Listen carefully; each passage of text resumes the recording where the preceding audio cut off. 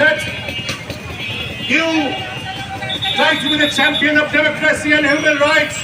So what is happening in Israel? You must understand you are double playing your role. You are playing a role of humanity, role of democracy all over the world.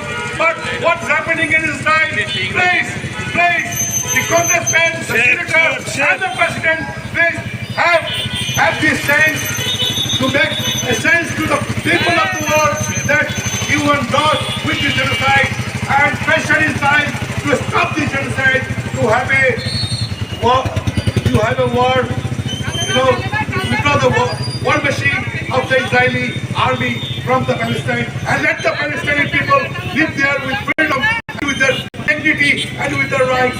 Thank you to audience. Thank you everybody. এখন প্রতিবাদ করব, প্রতিবাদ প্রতীকে আমাদের জেলা বিএনপির সম্মানিত আহ্বায়ক এই প্রতিবাদ জানানোর জন্য কিনতে হলো